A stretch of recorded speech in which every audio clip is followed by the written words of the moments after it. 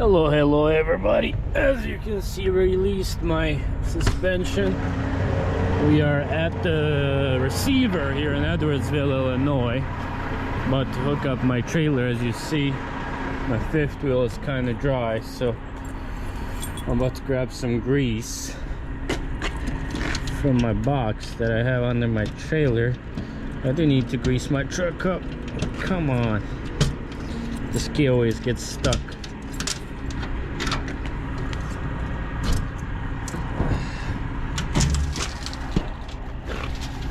Bunch of crap in here. When it warms up, I'm definitely gonna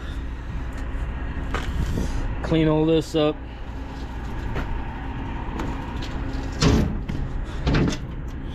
Definitely some crazy times we got going on.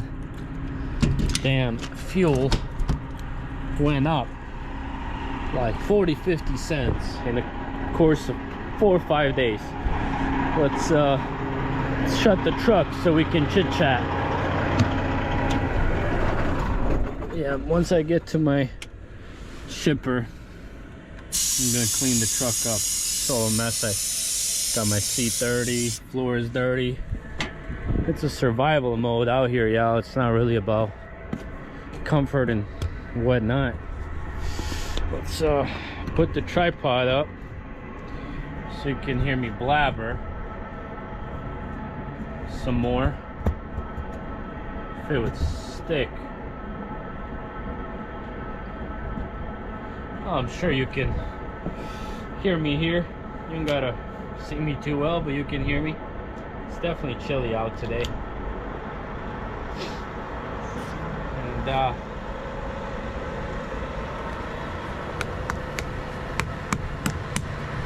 grease up my fifth wheel just like so.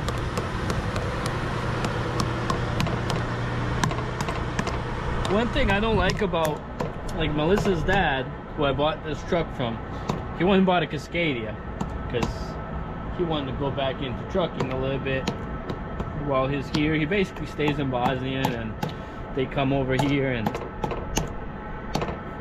whatnot. So he was like, while I'm here, I might as well go make some money, you know. So he went and bought a Cascadia. And one thing I don't like about that truck is you can't air out your bags. So it's definitely kind of a weird one. Like, when you grease up your fifth wheel, you want to air out your bags. Let's lower this right here. I know this spotter is looking at me like, why is this guy recording himself? But that makes some content, y'all. So whenever you grease it up, you literally smear all over your trailer. So it's kind of pointless. And even some of the Cascadias, they don't even have locking axles. They only have one axle. And that's definitely a key to getting stuck. Big time. But definitely not when it warms up. I'm gonna go ahead and grease up the truck. Some PM maintenance. This grease to come out. This grease is definitely much better than that generic grease at Walmart, and I get it on Amazon. I'm sure nowadays it costs an arm and a leg. I got this a few months ago when it was actually somewhat affordable. But now everything is just so expensive. We're all going bankrupt. And fuel is insanely priced. Everything is just going to crap. However, gotta keep working, gotta keep your head up. Really, what other choice do we have? What am I gonna do? Not fuel up? Not work? Let's pick up our trash, because we're not the kind that leaves trash on the lot, right?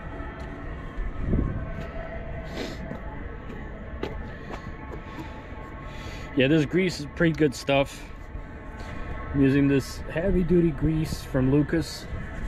I mean, it seems like anything Lucas makes is good stuff, really. Yeah, my diesel heater is blasting because it is kind of chilly. It's not that cold, but it's definitely a little chilly. Put this tripod down. There we go. Now you can see myself. And yeah, it's crazy, the fuel prices. Like in Indiana, when I was coming back, fuel was like $5.10, $5.20, and now fuel in Illinois is that price. So it's definitely getting out of hand. Like last 4 days, fuel went up almost 50 cents. So in one tank, that's $80, $90 increase in course of 4 days. So if you're really running some miles, not even really, if you're running average 2,100 miles a week, that translates to $180 increase per week in course of 4 days, which is quite expensive. I mean, usually I don't really even look at fuel because I'm like, you know, even if fuel goes up $1, that's like, you know, how much ever per mile. I always look at my fuel cost per mile. But like with fuel prices going up, just shortly I'm gonna be at $1 a mile with my 6 miles a gallon. You know, if that fuel hits $6, I'm $1 a mile, which that is substantial. And you know, if you have a truck like this and you have a company driver in it, your company driver and your fuel only is $1.50, let alone your truck, trailer, insurance, everything else. So we'll see. But yeah, I'm about to back in, hook this trailer, get going, and pretty much catch you guys at the shipper. What's up, what's up? Hopefully everybody's doing good on this wonderful day. It is hot. It's only 50 degrees outside, but it gets hot in the truck. We're in Owensboro, Kentucky, getting loaded with some liquor, some, I don't even know what it is, some whiskey, I would assume.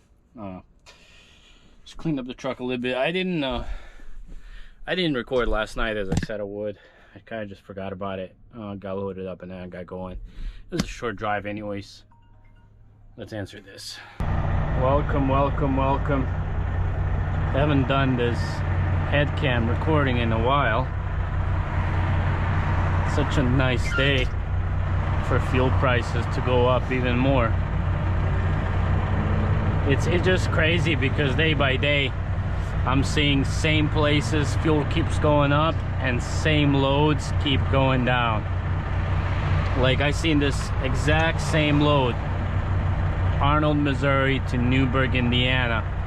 I booked it, I took that load on a Sunday, just to get you an idea. It's 200 loaded miles, give or take. I took it on a Sunday to Newburgh, Indiana for $1,600. For Monday, loads went completely down. And then on Tuesday, I was trying to get the same load. They would not give me more than $13.50. It was still the best load I could find. I took it for $13.50. And then guess what they're offering today? $7.50. And you know damn well I ain't going that low. That's just absurd. Even $13.50 is a solid rate, but that's not a lot of miles, that's not a lot of gross.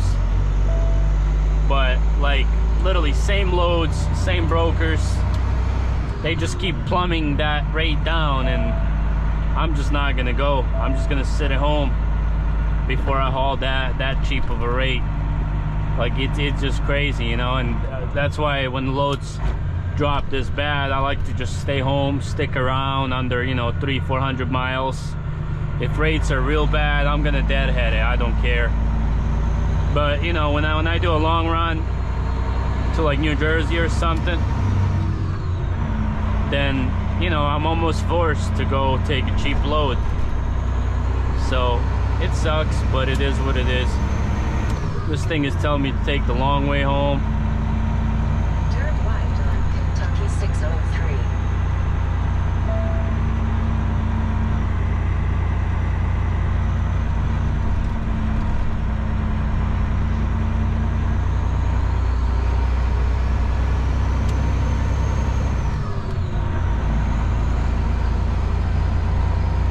This is the way I came down. This is the way I'm gonna go back up. I'm not going that long way. I'm just gonna hop up on what I think is 69 Interstate 69 up to 64 and then head home. Yeah, US 60 to 69.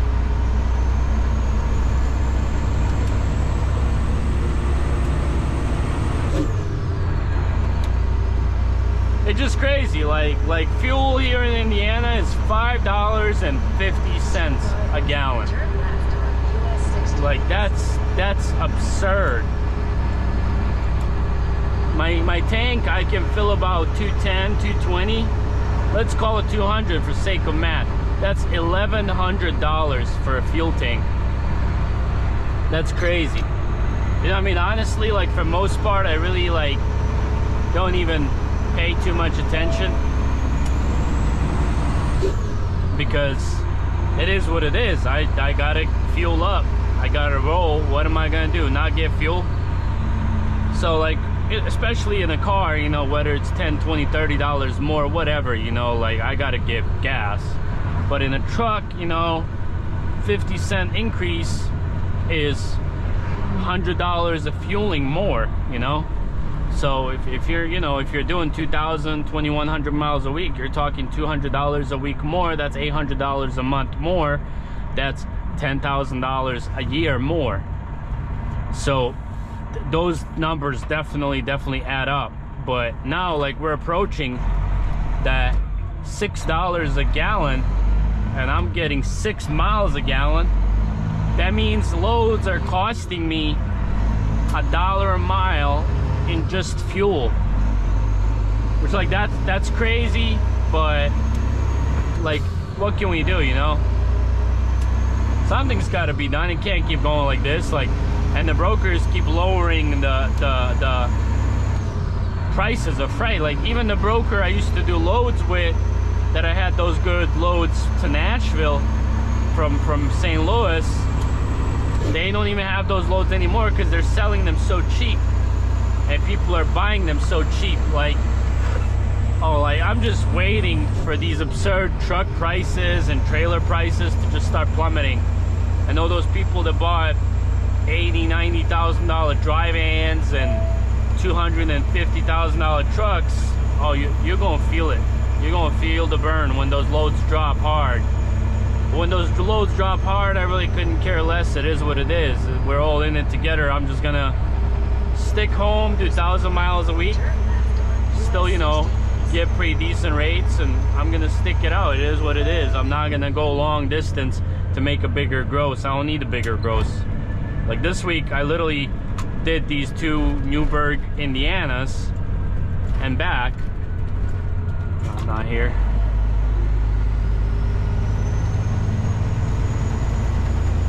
Which is like, I did like, it's like 900 miles. Since everybody want to know the numbers, this week I did 900 miles, and my gross is like 27 plus 26. You know, whatever that math comes out to be. 5,300. That's what it is for 900 miles. Is that good? I mean, per mile, like, that's pretty solid money, but that's not a lot of miles for a whole week. But then again, like, I've been home. I've been really chilling. Like, I'll be home for a full day. I'll leave in the evening, come back next day. Like, it's cool. I don't mind it, because I really went hard whenever the loads were there.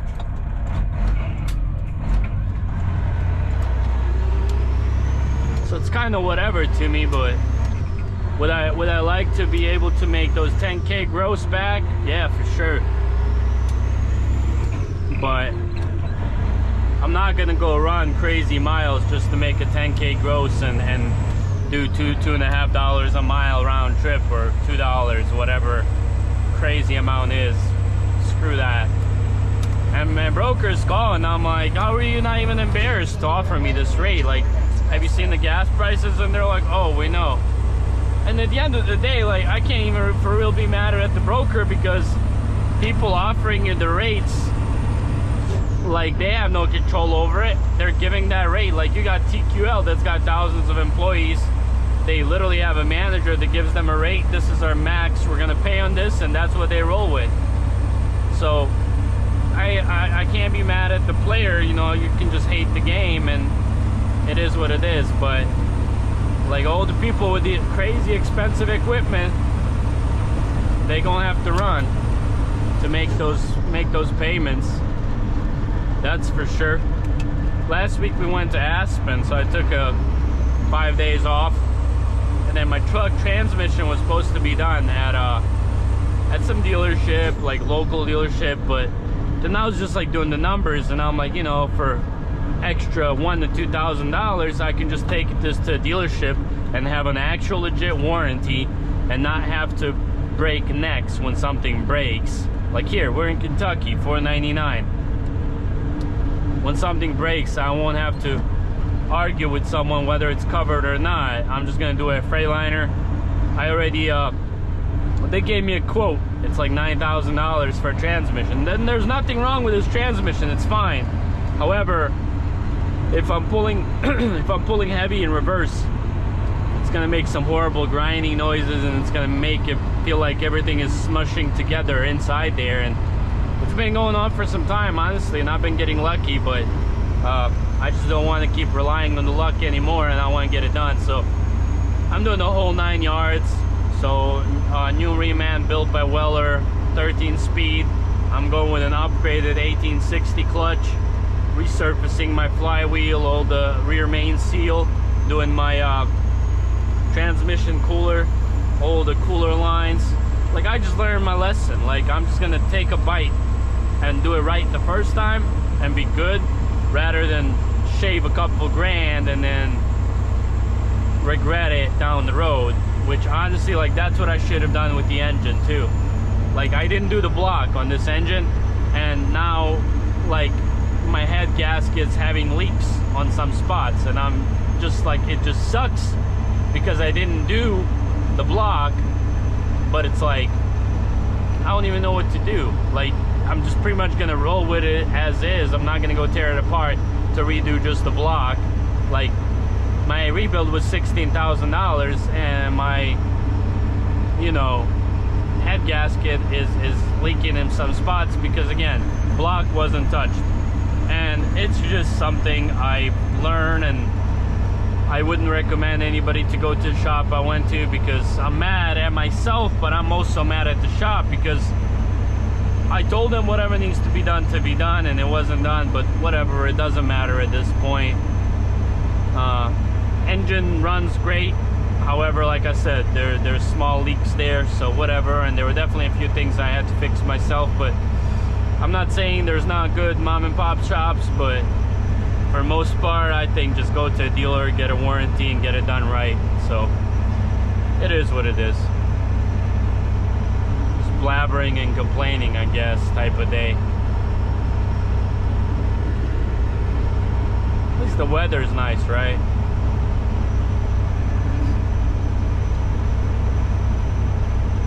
This morning, I almost got into it real bad with a receiver. So the load I pick up, it's recycled aluminum on pallets. It's crushed aluminum Pepsi cans. I'm sure you've picked up there before. And I deliver here to Indiana, and whenever they load it up, they put an empty pallet in the front of the other pallets, so I guess, you know, it distributes the weight better, etc., etc. And I pull off the dock and I see this pallet. I go inside there to grab the pallet, and the guy's yelling at me. He's like, "Man, that's yours. You can't drop that off here." There's literally a big dumpster, and they wouldn't take it. And I'm like going off back and forth, and I'm like, dude, it's literally your load. This pallet is in here because of your load.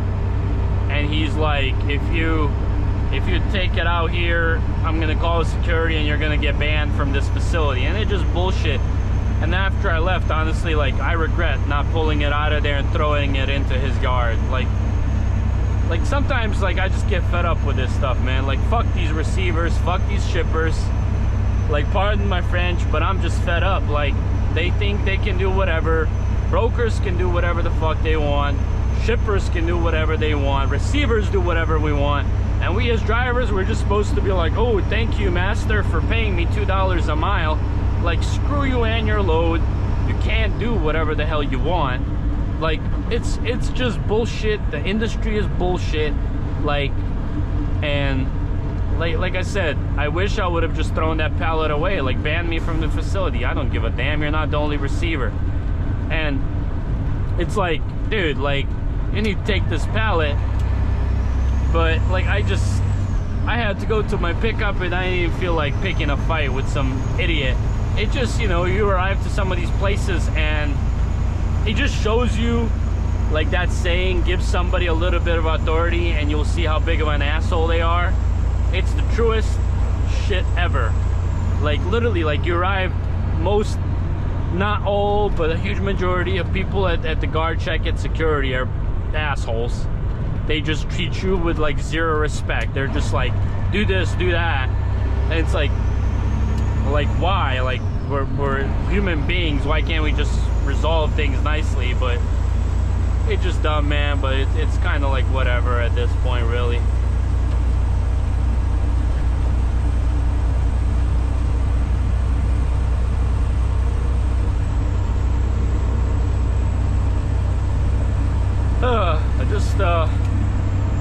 Just another day of rants. But yeah, after I left, I was like regretting not throwing that pallet out and telling him to go screw himself.